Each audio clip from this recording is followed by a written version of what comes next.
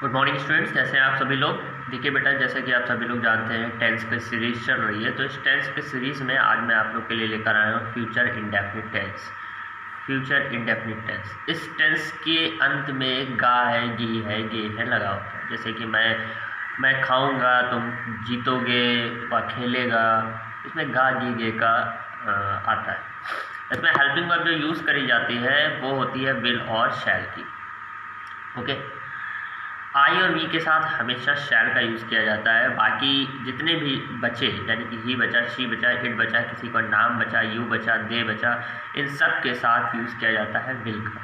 लेकिन अगर सेंटेंस जो है वो इम्फेसाइज कर रहा हो, सेंटेंस अगर इम्फेसाइज कर रहा हो मतलब कि सेंटेंस पे जोर दिया जा रहा हो, तो जस्ट इसी का अपोजिट हो जाता है। यानी आई और वी के साथ तब विल लग जाता है और बाकी सब के साथ शैल लग जाता है। देख रहे हैं, एकदम अपोजिट हो जाता है। एग्जाम्पल के जरिए समझते हैं। जैसे लिखा हुआ है कि मैं यह उपन्यास पढ़ूंगा, तो ये एक साधारण सा सेंटेंस है। इसमें मैं इसका बनाऊंगा आई शैल रीड दिस नॉवेल। देखिए, आई के साथ शैल लगाया गया है क्योंकि मैंने पहले बताया कि आई के साथ शैल लगता है, बी के साथ शैल लगता है, बाकी सबके साथ विल लगता है। लेकिन जब सेंटेंस एम्फेसाइज कर रहा हो तभी इसका रूल बदलता है। अब ये वाला जरा सेंटेंस देखिए, मैं यह उपन्यास जरूर पढ़ूंगा। सेंटेंस पे जोर हो रहा है कि नहीं हो रहा है? दोनों सेंटेंस को पढ़िए, देखिए समझ में आ रहा है। मैं यह उपन्यास पढ़ूंगा, मैं यह उपन्यास जरूर पढ़ूंगा, दोनों में अंतर है ना। तो ये साधारण सा था, इसलिए इसमें ऊपर वाला ही नियम लगेगा, मतलब आई के साथ वी के साथ शैल लगाएंगे, बाकी सबके साथ विल लगाएंगे। लेकिन जो नीचे वाला आपका सेंटेंस है जिसमें लिखा है मैं यह उपन्यास जरूर पढ़ूंगा, यहाँ पे रूल बदल जाएगा। यहाँ पे आई के साथ विल लगा देंगे। ओके, आई के साथ विल लगा देंगे। जब सेंटेंस एम्फेसाइज कर रहा होता है, जोर दे रहा होता है, तो आई के साथ विल लगा देते हैं। I will read this novel. Okay, देखिए बेटा, मैं आप लोग को एक तरीका बताऊंगा जिससे कि ये विल और शैल का ये जो खतरा है ये दूर हो जाए। ओके, सबसे पहले हम देखने जा रहे हैं यहाँ पे सिंपल सेंटेंस। सिंपल सेंटेंस का जो फॉर्मूला होता है वो होता है, सबसे पहले सब्जेक्ट आता है, सब्जेक्ट के अकॉर्डिंग विल शैल लगाते हैं, वर्ब फर्स्ट की फर्स्ट फॉर्म लगाते हैं, अदर वर्ड्स लगाते हैं। लेकिन दिक्कत ये रहती है कि कैसे जाने कि इसमें विल लगेगा या शैल लगेगा। तो आपको मैं आज बता देता हूँ। मैं आज तुम्हारी मदद करूँगा, अगर मान लीजिए ऐसे सेंटेंस आया या कुछ भी आया कोई भी, तो सबसे पहले आप सब्जेक्ट लिखिए आई, फिर उसमें विल लगाए या शैल लगाए। तो देखिए यहाँ पे एक छोटा सा कॉमा लीजिएगा और 2 L बनाइएगा। कितना आसान है ना। इसी में ही विल भी आ जाता है, इसी में ही शैल आ जाता है। टीचर और कोई भी जान नहीं पाएगा कि आपने विल लिखा है या शैल लिखा है, और इस प्रकार जो है आप बच जाएंगे। बात समझ में आई? तो यहाँ पे लिखिए I will help you today. Okay, सबसे पहले सब्जेक्ट आई, फिर इसमें विल लगाया कि शैल, ये मालूम नहीं चला क्योंकि कॉमा लगा के डबल L कर दिया है, वैसे आइल होना चाहिए। अब इसको पढ़ेंगे आइल। क्या पढ़ेंगे? आइल। फिर वर्ब की फर्स्ट फॉर्म हेल्प हो गई, फिर अदर वर्ड जो होते हैं यू है, टुडे, तो I will help you today. तुम यह कार्य करोगे, तो सबसे पहले तुम की इंग्लिश यू, उसके बाद देखिए फिर कॉमा लगा के डबल L कर दिया है। इससे क्या हो रहा है कि आपको ये जो ऊपर विल शैल का जो अभी बताया कि ये सेंटेंस इम्फेसाइज कर रहा है तो ये करना है, नहीं इम्फेसाइज कर रहा है तो ये करना है, इससे आप क्या हो जाएंगे? बच जाएंगे। बात समझ में आई? उसके बाद वर्ब की फर्स्ट फॉर्म लगाया, डू लिखा, फिर जो अदर वर्ड्स है दिस वर्ब वो लिखा, तो हो जाएगा यूल। क्या हो जाएगा? You'll do this work. Okay, ये था हमारा सिंपल सेंटेंस। सिंपल सेंटेंस के बाद हम बढ़ते हैं किधर? नेगेटिव सेंटेंस की तरफ। ओके,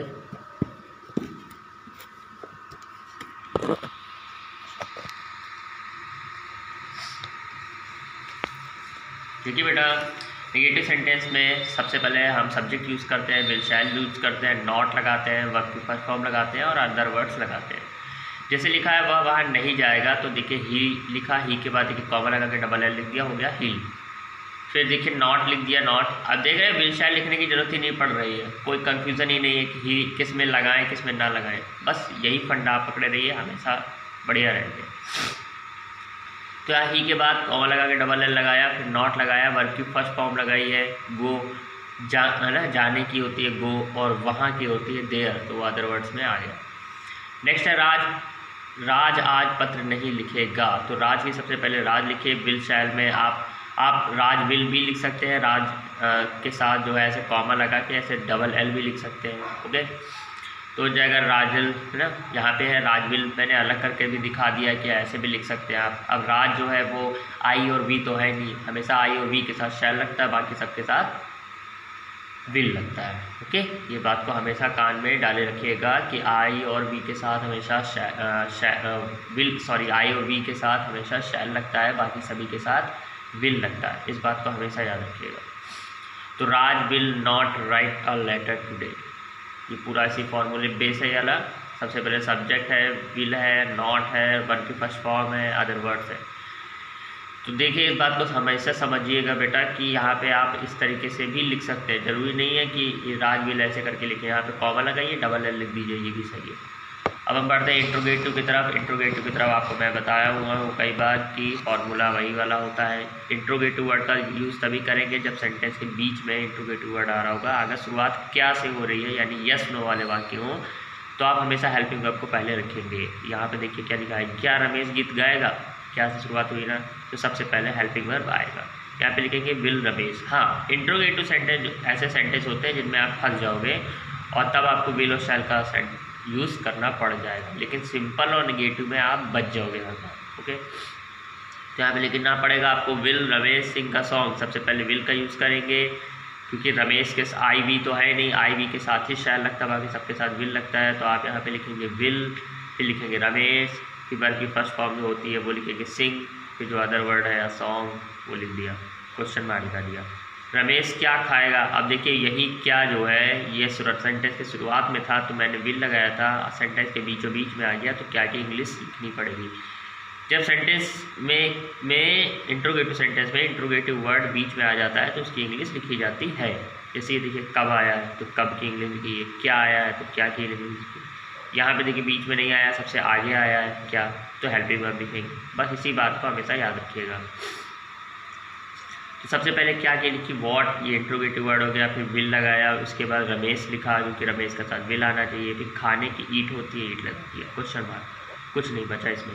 सूर्य कब निकलेगा तो सूर्य के लिए यहाँ कब की पहले लिखिए व्हेन लिखिए, उसके बाद विल लिखिए क्योंकि सन के साथ विल ही आता है तो विल लगा दिया। निकलने की होती है राइस, केवल आई और बी के साथ शैल आता है, बाकी सभी लोगों के साथ विल आता है। बहुत ही ज़्यादा इजी चीज़ है, ज़्यादा दिमाग लगाने की इसमें ज़रूरत नहीं है। बस इस बात को याद रखिए कि आई भी आएगा तो शैल लगाएंगे और बाकी सब जो भी आएंगे उनके साथ विल लगाएंगे। अगर हाँ सेंटेंस एम्फेसाइज करता है, जोड़ देता है, तो हम जो है उस पर लिख देंगे, तब उसी की बात को पलट देंगे, यानी कि तब हम कहेंगे कि आई और वी के साथ विल लगाएंगे और बाकी सबके साथ शैल लगाएंगे, तब बात पलटेंगे। ऐसे नहीं पलटेंगे, ऐसे वही रहेगा, आई वी के साथ शैल, बाकी सबके साथ विल।